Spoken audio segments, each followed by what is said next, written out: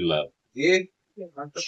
ಆದ್ರೆ ಒಂದು ವಿಷಯ ಈಗ ಅರ್ಥ ಮಾಡ್ಕೊಂಡು, ಅವರ ಬದಲಾವಣೆಗಳು ಏನಿದ್ರು ಅವರ ಆಂತರಿಕ ವಿಷಯ, ನಮಗೆ ಅದರಲ್ಲಿ ಹಸ್ತಕ್ಷೇಪ ಇಲ್ಲ, ನಮಗೆ ಸಂಬಂಧ ಇಲ್ಲ. ರಾಜ್ಯದ ಪರಿಸ್ಥಿತಿ ಏನಾಗಿತ್ತು, ಇಲ್ಲಿವರೆಗೂ ಯಾವ ಪರಿಸ್ಥಿತಿ ಇತ್ತು ಅಂದ್ರೆ ಸಂಪೂರ್ಣ ಭ್ರಷ್ಟಾಚಾರ, ಅಭಿವೃದ್ಧಿ ಶೂನ್ಯ. ಬಟ್ ಈ ಪರಿಸ್ಥಿತಿ ರಾಜ್ಯದಲ್ಲಿತ್ತು. ಈಗ ಇದು ಬದಲಾಗತ್ತಾ? ನನಗನ್ಸೋದಿಲ್ಲ. ಇದುವರೆಗೂ ಇದ್ದ ಭ್ರಷ್ಟಾಚಾರ ಇತ್ತು, ಇನ್ನು ಮುಂದೆ ಸೂಪರ್ ಭ್ರಷ್ಟಾಚಾರ ಇದೆ. ಯಾಕಂದ್ರೆ ವ್ಯವಸ್ಥೆ ಆಗಿದೆ. ಭ್ರಷ್ಟಾಚಾರದ ಬದಲು ಸೂಪರ್ ಭ್ರಷ್ಟಾಚಾರ ಆಗತ್ತೆ. ಆ ಕಾರಣದಿಂದಾಗಿ ರಾಜ್ಯದ ಜನರು ಎಚ್ಚರಿಕೆಯಿಂದಿರಬೇಕು.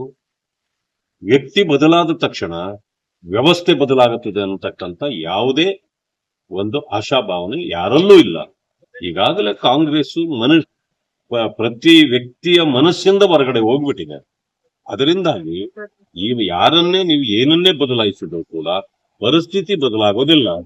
ಆ ಕಾರಣದಿಂದ ಇವತ್ತು ಈಗ ಬೆಳೆ ಎಲ್ಲ ಆಗಬೇಕಾಗ್ತದೆ.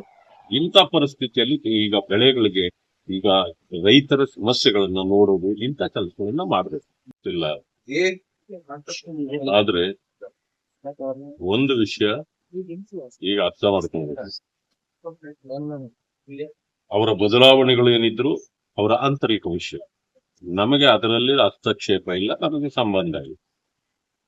ರಾಜ್ಯದ ಪರಿಸ್ಥಿತಿ ಏನಾಗಿತ್ತು, ಇಲ್ಲಿವರೆಗೂ ಯಾವ ಪರಿಸ್ಥಿತಿ ಇತ್ತು ಅಂದ್ರೆ ಸಂಪೂರ್ಣ ಭ್ರಷ್ಟಾಚಾರ, ಅಭಿವೃದ್ಧಿ ಶೂನ್ಯ.